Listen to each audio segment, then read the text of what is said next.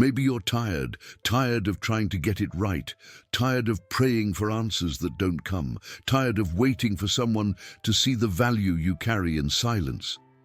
Maybe today you're looking at your life and asking, is there still a purpose in all this? And that question didn't come from nowhere. It came from the wounds you tried to hide, from the tears no one saw, from the days when you carried the world on your shoulders, thinking God had forgotten you. But what if what you call pain is actually a sign that you were chosen, not to have an easy life, but to carry something sacred even when everything around you seems broken. There are pains that aren't punishments, they're invitations. There are silences that aren't rejection, they're refuges. There are trials that seem like destruction, but are revelations.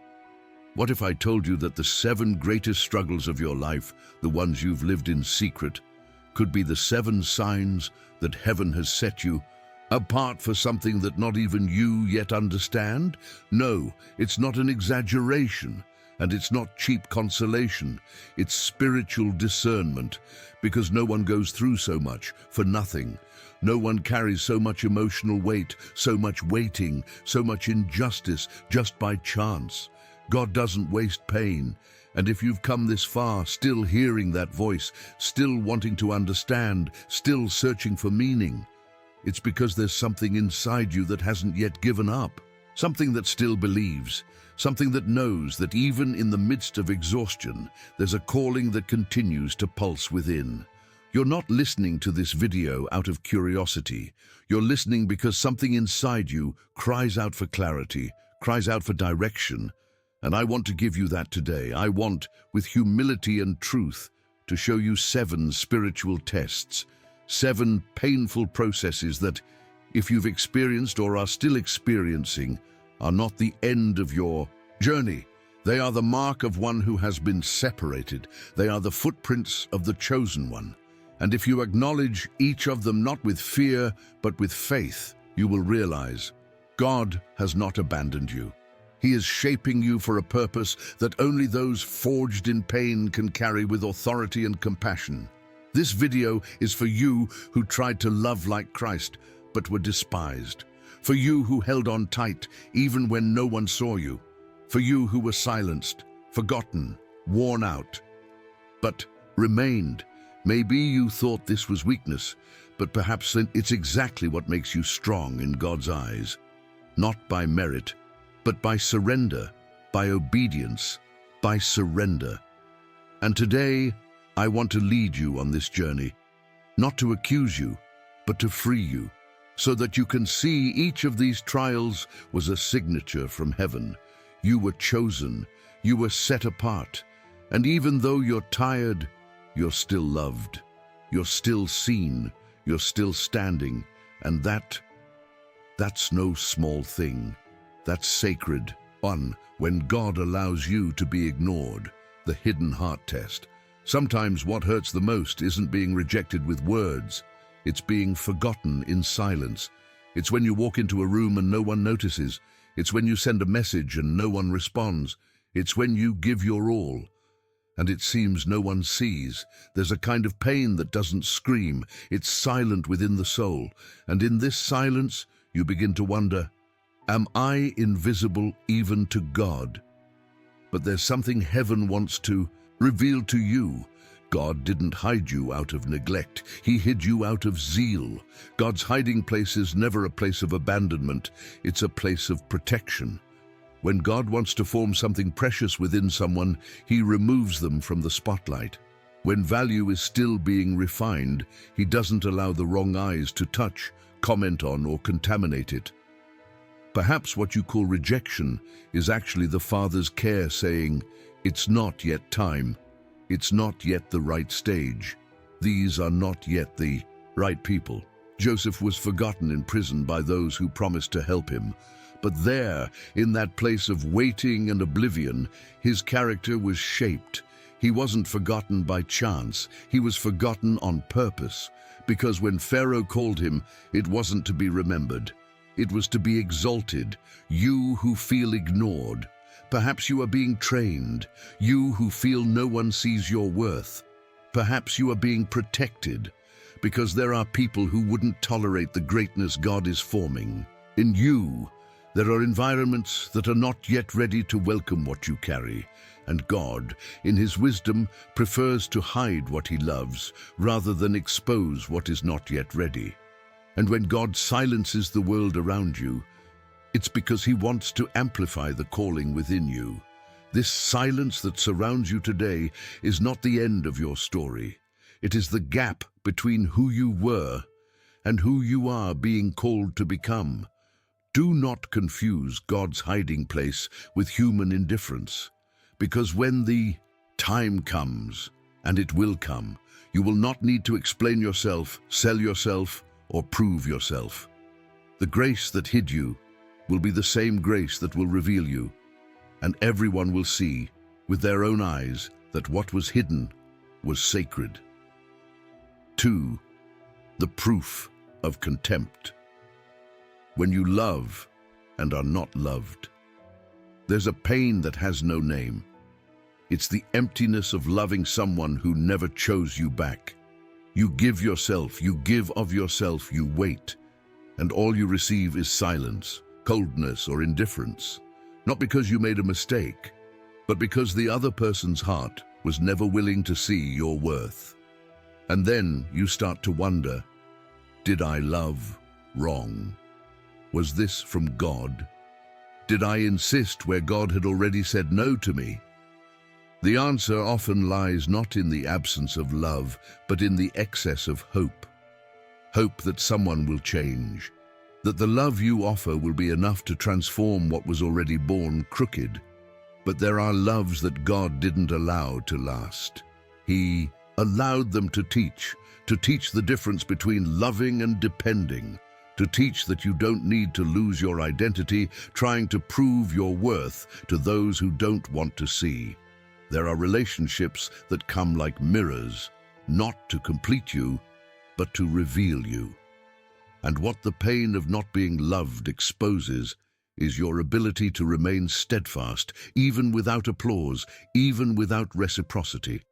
The prophet Hosea loved a woman who rejected him, who betrayed him, who exchanged him for false loves, and yet God gave him a mission to love her, not as an emotional dependence, but as a prophetic sign of the love God Himself feels for a people who also ignore Him. Hosea's love wasn't meant to feed his neediness. It was meant to fulfill a mission. And there are times when God also uses our relationships to show us that not everything that hurts destroys us. Sometimes pain awakens us, frees us, cleanses us. Maybe you're trying to make it work with someone who's shown you 1,000 times they don't want to walk with you, and you keep going, thinking this is spiritual fidelity, but it could just be fear of letting go of what God has already finished. Loving like Christ isn't about insisting where there's destruction. It's about knowing when to wash feet and move on in peace, because not all love comes to last. Some come to reveal who you are when no one chooses you. And when you learn to see yourself as God sees you, not through the eyes of those who rejected you, but through the value that heaven has already recognized, you stop begging for presence where there is no alliance. You stop bleeding, trying to heal those who feed on your pain, and you discover that the most sacred love is the one that remains even when you need to leave. Because leaving sometimes is also loving, and God respects this kind of love, the one that doesn't cling to pain but chooses freedom. The freedom of those who loved but understood when it was time to let go. 3. When everything you do seems to go wrong. The test of obedience without results. It's hard to keep walking when every step seems in vain. When you pray with faith, act with obedience, wait with patience, and yet everything seems to fall apart. You give your best, but nothing blossoms. You try to hold on to hope, but the harvest doesn't come. And then your heart is confused. Did I make a mistake? Did God turn away? Is my faith not enough? But there's a truth that needs to be remembered. Not every lack of fruit means a lack of obedience. Sometimes God sees more than men and tests more than you imagine. In the eyes of the world, obedience that doesn't bring quick results seems like failure. But in God's eyes, faithfulness that perseveres without reward is the greatest sign of spiritual maturity. Because it's easy to trust when everything goes well. What's difficult is to continue building amid mockery, silence, and delay. Noah was called to build an ark in a time of drought. Not a drop of rain, no sign of a storm, only God's word and the ridicule it caused. But even without evidence, he obeyed. Even though he was the butt of ridicule, he remained. The ark that seemed like madness was salvation in the time of judgment. And your silent obedience today could be the ark that sustains your family tomorrow. It could be the shelter that protects your mind, your heart, your faith when the storm arrives. God tests those he most wants to use, and he doesn't test with an audience. He tests in silence, with days when you feel alone, with tasks that no one applauds, with seeds that seem buried but are only in the secret time of germination. And when everything seems to go wrong, maybe it's because you're right. Because God's direction doesn't always come with applause. Sometimes it comes with closed doors, narrow paths, and sleepless nights. But what you're building with tears, one day will be a shelter for others. It will be a testimony. It will be a relief for those who come after you. So don't give up. Don't judge yourself by your results. Judge yourself by your faithfulness, because in God's eyes, success isn't in what you reap, but in what you persevere through, even without seeing it. And that is already obedience in the form of praise. 4. When you have to give up something you love, few things require as much faith as letting go of something that's good for you. Not because it's wrong, not because it's a sin, but because deep down you know it's no longer part of God's plan for your life. It's like holding a beautiful flower that's begun to wilt in your hands, and you persist, water it, wait, believing it will bloom again. But there are times when God isn't asking you to care for it. He's asking you to let go. And that's not punishment, it's liberation. The problem is that the heart becomes attached. And when attachment disguises itself as faith, it becomes difficult to discern. You start saying you're waiting for a miracle, when, in fact, you're avoiding obedience. You say you're fighting for something sacred, when in reality, you're stuck in something that's already lost its anointing. Not everything that was once a blessing remains so. And God, in His mercy, gives us the chance to choose, to continue insisting on what seems safe, or to surrender what we love and trust in what we don't yet see. Abraham was called to do this, to give up what he loved most, to climb the mountain with Isaac, not to lose him, but to test where his heart was. God didn't want his son on the altar. He wanted his father's heart. He wanted the assurance that Abraham hadn't turned the promise into an idol. And there are times when God does the same with us. He asks us to let go. Not because he wants to hurt us, but because he wants to heal us from the attachment that prevents us from growing. Letting go isn't a sign of weakness, it's a sign of trust. Trusting that if something comes from God, it remains. And if something needs to be surrendered, it's because God has already prepared something greater. What seems like loss today will be relief tomorrow. What cuts today will heal tomorrow. And what hurts today will be the memory of an altar where you chose to obey. You don't need to understand everything right now, but you do need to trust that God sees what you don't. And when He asks you for something you love, it's not to leave you empty, it's to make space. Because where there is faith, there will always be rebirth. And what you release out of love for God returns in the form of purpose, returns in the form of peace, returns in the form of direction. The altar of obedience always transforms what seemed like the end into a new beginning. 5. When you pray, but God doesn't seem to answer, there's a kind of silence that deafens the soul. It's not the silence of people, nor that of ordinary solitude. It's the silence of God, that interval between the prayer that rises and the answer that doesn't come. You speak with faith, you cry out sincerely, you seek with tears, and yet everything seems on hold. No sign, no change, no word, only the echo of your own heart trying to understand, why doesn't God speak to me? And it's in this apparent absence that many people give up. They think they've been forgotten, that they made a mistake, that their faith wasn't enough.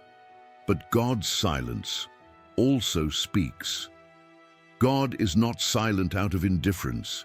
He is silent intentionally. He is silent to purify, to align what you want with what you need. There are times when heaven responds, not with words, but with processes, with maturity, with soul alignment. Because not every answer is a sentence. Some are transformations.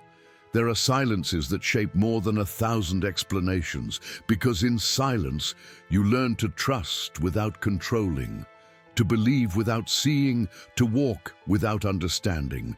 And that is spiritual maturity. Jesus remained silent in the face of questions intended to confuse him. He remained silent before Pilate, even though he knew he could defend himself, because silence is also an answer. And sometimes God allows silence not to punish you, but to prepare you, so that you return to the last word he gave you. Because those who listen to God only when he speaks are still immature. But those who continue to obey even when he is silent have already understood the Father's heart. Mature faith doesn't rely on confirmation. It relies on trust. And if today you feel that heaven is quiet, perhaps it's because God is working in silence, like someone sewing a garment from the inside without showing the stitches, like someone working in secret, preparing what cannot yet be revealed. And when he speaks, you will understand that the silence wasn't absence. It was care. It was protection. It was a response, just in another language, the language of heaven, the language of faith, the language of one who loves so much that they prefer to form before giving. And that yes is a response, even if it seems like silence. 6. When people slander you and you can't defend yourself. There's a pain that isn't physical, but pierces your chest like a spear, being wrongly accused, being misunderstood, being judged for intentions you never had. You tried to do the right thing, you tried to help, you tried to keep your heart pure, but still, they talked about you. They distorted your words, they pointed fingers, and worst of all, you couldn't explain yourself. You had no voice, you had no space, and your soul cries out for justice, your heart cries out for reparation, but heaven remains silent.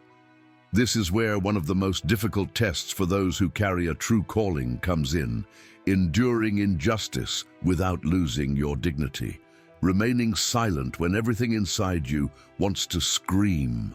Because there comes a time when God doesn't allow you to defend yourself, not because you're wrong, but because he himself chose to be your defense. Jesus went through this. He remained silent before Pilate, not because he had nothing to say, but because he knew that this was the moment for heaven to act, not for the flesh to react. Slander hurts most when it comes from someone you loved, when it comes from someone you trusted, when it comes from within, but heaven has a promise for those who are wounded for doing good. No tongue raised against you will prosper. No accusation will have lasting power. For the righteous may be silenced for a time, but they will never be shamed by God. He raises up those who have been humbled. He cleanses those who have been stained. He exalts those who have been humbled. If today you are carrying this pain, this injustice, this shame, know that heaven saw it all. It saw what was said. It saw what was forged. It saw how much you cried in secret. And even if the truth takes time, it will come. Because God does not ignore the cries of those who have been hurt trying to do right. Sometimes heaven defends you at the moment when you seem most guilty. And when he does, it won't be out of revenge. It will be out of justice. It won't be to destroy anyone. It will be to restore you before all who doubted, because the silence of the innocent cries out loud in the divine court, and those who wait for God's justice never end up with a tarnished name. They end up with a clean testimony and a new beginning sealed by heaven. 7. When you're tired of waiting and think about giving up. There are tirednesses that can't be cured with sleep. There are burdens that can't be lifted with words. It's the kind of exhaustion that comes from the soul, from time that has passed and nothing has changed, from the promises you believed in but never fulfilled, from the days when you wake up with faith but fall asleep in silence. Maybe you're at that point, a point where everything seems to take too long, and you start to think that maybe you misread, that maybe God changed his mind, that maybe what you expected was never meant for you. But there is a sacred truth that must be remembered. Before fulfillment, there always comes exhaustion. Before a turning point, there comes discouragement. Before renewal, there comes the desire to quit. Elijah, the mighty prophet, arrived at this place. He who saw fire fall from the sky, who unmasked false prophets, who heard the voice of God, suddenly found himself under a tree, begging to die, exhausted, broken, without strength. And there, when all seemed lost, God did not rebuke him. God did not abandon him. God fed him with bread, with water, with rest. This is grace. Grace that comes when the soul can no longer bear to try. Grace that appears when the body no longer wants to get up.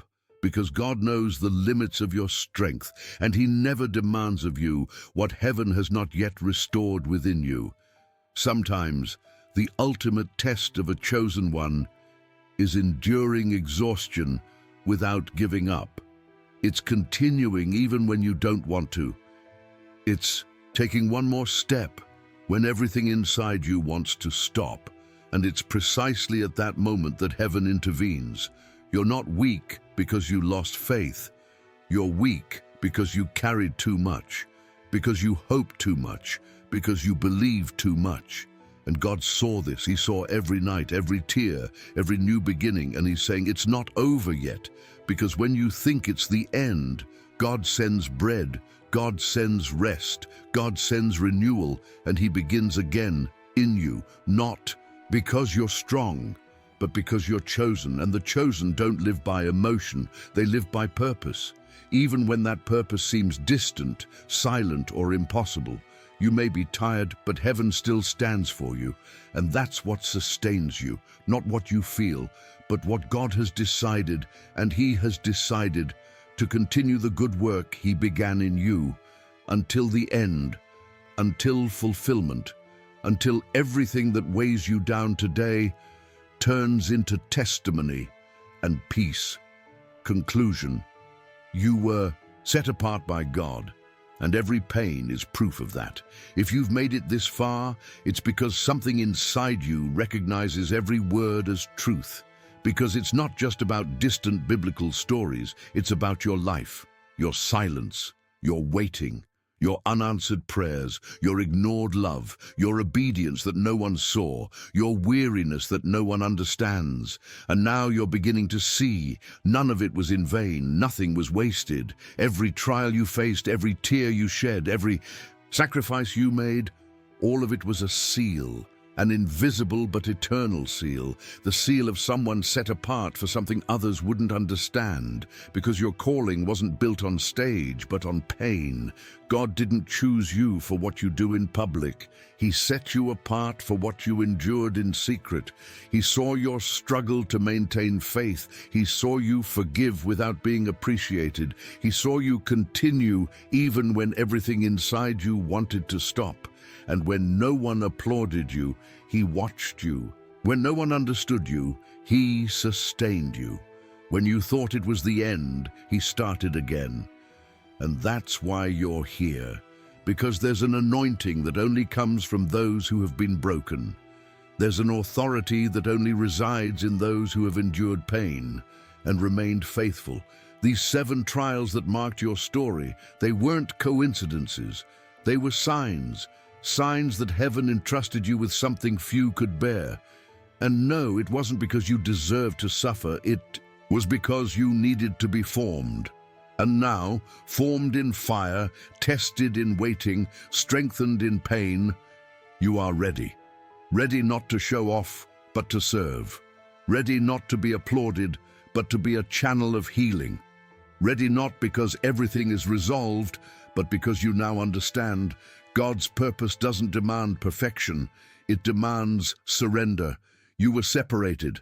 That's why it hurt. That's why it took so long. That's why almost no one understood. But now you understand. And that's enough. Because those who have clarity of purpose don't beg for validation. Those who know they've been called don't negotiate their mission. And those who bear the seal of heaven may be forgotten by men, but will never be ignored by God. So breathe, silence the guilt. Honor your story, and remember, it's not about how many times you fell, it's about how many times God lifted you up to keep going. Because there's something inside you that hell tried to extinguish and failed. There's something inside you that still burns, still beats, still cries out, and that's what proves your mission is still alive, because you are still standing. And that, before God, is already victory. It's already purpose. It's already sacred. If this message spoke to you, don't ignore what heaven has just begun in your heart. There are times when a word becomes healing. And if you felt that way here today, it's because God reached out to you with love and guidance. So take care of it. Take care of your soul as you would take care of something rare. Because you are rare, you are chosen. Subscribe to this channel to continue receiving words that strengthen, clarify, and heal. Here, you'll always find comfort, biblical wisdom, and spiritual guidance for difficult days. And remember, it's not weakness to need care. It's maturity to recognize that your soul also needs nourishment. God is leading you with love. And this channel is a safe place for your faith to rest, learn, and begin anew. You don't have to do it all alone. Walk with those who honor what you carry. Walk with those who speak to your spirit. Hit the subscribe button, turn on notifications, and take care of what heaven has entrusted to you. Your journey, your faith, your calling. Because what God has begun, He Himself will sustain until the end, until peace, until the purpose is complete.